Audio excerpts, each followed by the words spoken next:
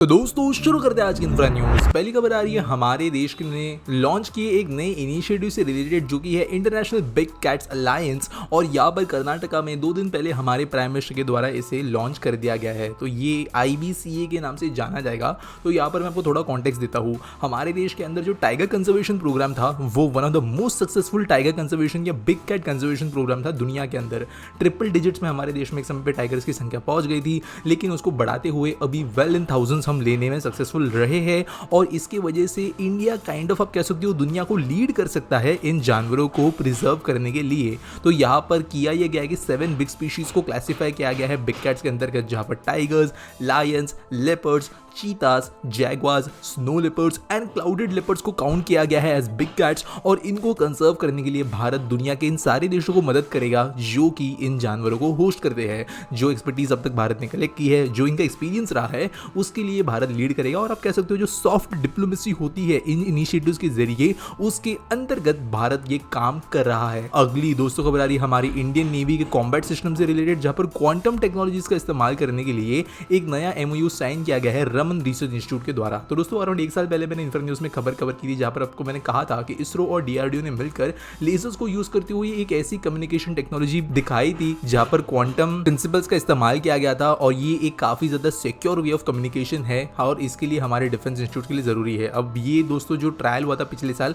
वो बहुत छोटा सा था, बहुत ही ज्यादा आप कह सकते हो सिर्फ और सिर्फ एक पायलट काइंड ऑफ था, जिसकी वजह से इसको फुल स्केल पे डेवलप करने के लिए जरूरी है कि बेहतर टेक्नोलॉजीज डेवलप की जाए। इसके लिए रमन रिसर्च इंस्टीट्यूट के साथ में टाई अप किया गया है। और जो बेंगलुरु बेस्ड इंस्टीट्यूट है, ये 5 साल का एक MOU करेगा weapons and electronic system engineering establishment के अंतर्गत। और इंडिया को चाहे वो क्वांटम मैकेनिक्स और क्वांटम कम्युनिकेशन क्यों ना हो, उस टेक्नोलॉजी के अंदर आत्मनिर्भर बनाएगा। अगली दोस्तों जो खबर आ रही है वो है एप्पल इंडिया से, जो अपने 2 ऑफिशियल स्टोर्स लॉन्च करने वाले हैं, ऐसा उनके खुद के द्वारा कह दिया गया है। जहां पर पहला स्टोर 18 को खुलेगा मुंबई के BKC में जियो वर्ल्ड ड्राइव मॉल के अंदर, और दूसरा खुलेगा साकेत के सेलेक्ट सिटी वॉक मॉल के अंदर 28 अप्रैल को। तो दोस्तों आपको जैसे मैंने पहले भी कहा है वैसे बता देता हूं, एप्पल बहुत लंबे समय से ट्राई कर रहा है कि वो इंडिया के अंदर स्टोर्स ओपन करे, लेकिन क्योंकि उनकी सप्लाई चेन इंडिया में ठीक से एस्टेब्लिश नहीं थी, इंडिया के रूल्स थे कुछ कंपनीज के खुद को स्टोर ओपन करने से रिलेटेड, वो न होने के कारण इंडिया में वो कर नहीं पा रहे थे। अब क्योंकि इंडिया के अंदर मैन्युफैक्चरिंग हो रही है, सब कुछ रूल्स में वो बैठ रहा है और मार्केट भी रेडी है एप्पल रिटेल स्टोर्स के लिए, इसके लिए उनको ओपन कर दिया गया है। अब ये जरूरी इसलिए है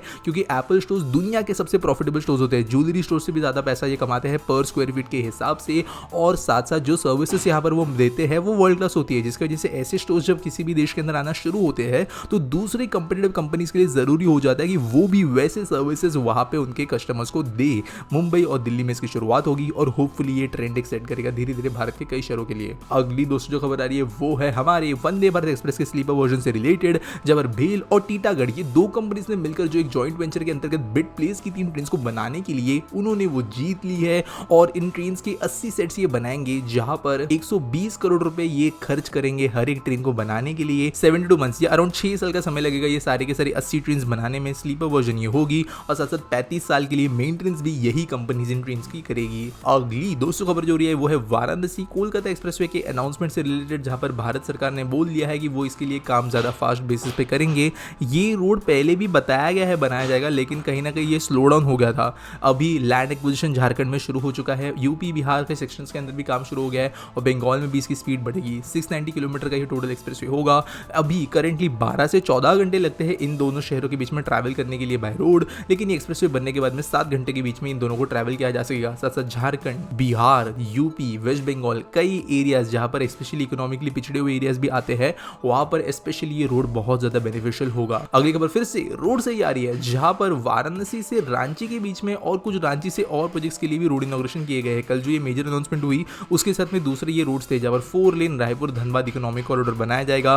रांची से वाराणसी एक रोड बनेगा 7000 करोड़ रुपए बिताते हुए, और बाकी सारे प्रोजेक्ट्स कुल मिलकर 9400 करोड़ के प्रोजेक्ट जो है दिए गए हैं इस पूरे के पूरे कॉरिडोर के अंदर। अगली दोस्तों जो खबर आ रही है वो फिर से झारखंड से ही आ रही है, जहाँ के स्टेट गवर्नमेंट ने कहा कि वो 244 न्यू बसेस को प्रोक्योर करेगी, जहां पर इलेक्ट्रिक बसेस भी होंगे पब्लिक ट्रांसपोर्टेशन में चलाने के लिए। 605 करोड़ रुपए इसके लिए स्पेंड किए जाएंगे, जहां पर 220 नॉन AC डीजल बसेस को प्रोक्योर किया जाएगा, यानी जो पुरानी बसेस होती है वो प्रोक्योर की जाएगी, जबकि 24 AC इलेक्ट्रिक बसेस को प्रोक्योर किया जाएगा जो चलाई जाएगी यहाँ पे शहर के अंदर। अगली दोस्तों खबर आ रही है वो है हमारे जम्मू एंड कश्मीर से, जहां पर हमारे यूनियन मिनिस्टर नितिन गडकरी जी ने विजिट किया था और कहा है कि जो यहाँ का रोड नेटवर्क है 3 से 4 साल में US के इक्विवेलेंट होगा। आप जानते हो मल्टीपल टनल ब्रेक थ्रूज यहाँ पे हुए हैं, बड़े बड़े एक्सप्रेसवेज एंड कई सारे डिफिकल्ट टेरेन में रोड्स जो ऑल ईयर राउंड खुले रह सके ऐसे यहाँ पे बनाए जा रहे हैं। इसकी वजह से घाटी के अंदर का जो फिलहाल आप कह सकते हो इंफ्रा का डेवलपमेंट है वो बहुत ज़्यादा तेजी से आगे बढ़ रहा है और इसी के लिए ये काम भी होगा। आज के आस्क पीटी सवाल के बारे में बात करिए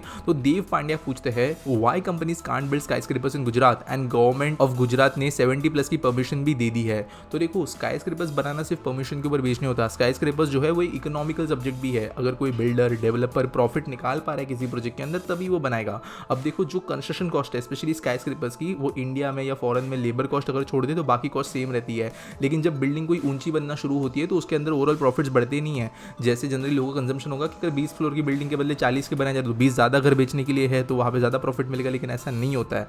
जब भी बिल्डिंग की हाइट बढ़ती है तो वहाँ पे फाउंडेशन ज़्यादा स्ट्रॉन्ग बनाना पड़ता है, जो कोर स्ट्रक्चर होता है बिल्डिंग का वहाँ पे ज़्यादा मटेरियल का इस्तेमाल होता है और जो सेलेबल एरिया होता है एक्चुअल में बेचने लायक एरिया स्ट्रक्चर के बाहर का वो कम होते जाता है जैसे जैसे बिल्डिंग की हाइट बनती जाती है। कुछ केसेस में जैसे बिल्डिंग 50-60 फ्लोर्स के ऊपर जाती है तो 50% ऑफ बिल्डिंग जो है वो स्ट्रक्चर में ही होती है, क्योंकि बिल्डिंग को उतना संभालना भी है। अब अगर कहीं पर लैंड वैल्यू या कहीं पर घरों के रेट इतने ज़्यादा हाई नहीं है कि इतना ज़्यादा स्ट्रक्चरल के अंदर कॉस्ट लगा के भी चीज़ें जस्टिफाई की जा सके, इनफैक्ट फाउंडेशन जैसी चीज़ें होती है जो कुछ बिल्डिंग का 20-30% कॉस्ट होती है, उन चीज़ों में खर्च करने के बाद में अगर घरों की कीमतें उतनी है ही नहीं कि वो जस्टिफाई हो सके तो वहाँ पे स्काईस्क्रेपर्स करने के मतलब नहीं है। एक 40 मंजिला बिल्डिंग से बनाने से ज़्यादा प्रॉफिट इसमें निकलेगा कि 20 मंजिला बनाकर वहाँ पे उनको बेच दिया जाए घरों को एक ज़्यादा एरिया के साथ में कम रेट के ऊपर, रादर देन कंस्ट्रक्शन में इतना कॉस्ट स्पेंड किया जाए। मुंबई के अंदर ये जस्टिफाई इसलिए हो रहा है कि मुंबई के अंदर घरों की प्राइसेस हद पार है, ज़मीन यहाँ पर बहुत ज़्यादा वैल्यूएबल है, कुछ एकड़ के लिए 700-800 करोड़ की कीमतें दी जाती है। तो वहाँ पर जो है एक 100 माले की बिल्डिंग के अंदर जो कंस्ट्रक्शन कॉस्ट है वो लेने के बावजूद भी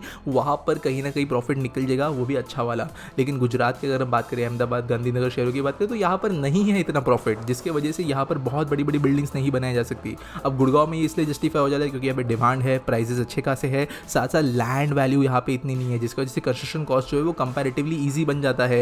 मुंबई में दोनों कॉस्ट ज़्यादा है, सेम चीज़ जाती है जो भी बड़े शहर है दुनिया भर के वहाँ पर। तो सिंपल एकदम बेसिक अगर कंक्लूजन में कहे तो यहाँ पे इकोनॉमिक्स प्ले आउट करती है। यहाँ पर ये प्ले आउट नहीं करता है कि बिल्डिंग बनाने को परमिशन मिल रही है नहीं मिल रही है। परमिशन की बात तब आती है जब बिल्डिंग बनाना फीजिबल हो गया हो लेकिन फिर भी परमिशन नहीं मिल रही है, जैसे मुंबई केस के अंदर होता है। लेकिन कई सारे शहर जैसे जैसे डेवलप होंगे वहाँ की रियल एस्टेट वैल्यूज बढ़ेगी, डिमांड सप्लाई की सबसे बढ़ेगी, वैसे नए स्काईस्क्रेपर सेंटर्स हमें नजर आएंगे। फॉर एग्जांपल गुड़गांव के अंदर हमें ऐसे नजर आ सकता है, कोलकाता के अंदर कुछ हद तक हमें नजर आया है और मे बी सदर्न साइड में हमें कुछ शहरों में भी ये नजर आए। देखते हैं ये चीज़ें आगे जाके कैसे रहती है, लेकिन इन कंक्लूजन ये इकोनॉमिक्स की बात है ना कि परमिशन की। उम्मीद करता हूँ आपको सवाल का जवाब मिल गया होगा। आज बहुत ज़्यादा बैकग्राउंड नॉइस होगी, डिस्टर्बेंस होगा वीडियो के अंदर क्योंकि मेरे आसपास में बहुत ज़्यादा काम चल रहा है, तो उसके लिए सॉरी। आपके पास अगर न्यूज़ सबमिट करनी है तो उसके लिए डिस्क्रिप्शन में आपको एक लिंक मिल जाएगी और आपको क्रेडिट्स मिल सकता है न्यूज़ देने के लिए फर्स्ट अगर आप होते हो तो। इसके साथ साथ अगर आपको कोई सजेशंस है तो आप मुझे कमेंट्स में पूछ सकते हो। साथ साथ अगर आपके पास कोई सवाल है आस्क पीटी में मुझे पूछने के लिए तो हैशटैग आस्क पीटी का इस्तेमाल करते हुए वो सवाल मुझे ज़रूर पूछे, मैं भी अगले वीडियो के अंदर आपके क्वेश्चन का ही आंसर मैं दूँ। मिलेंगे अगले वीडियो में।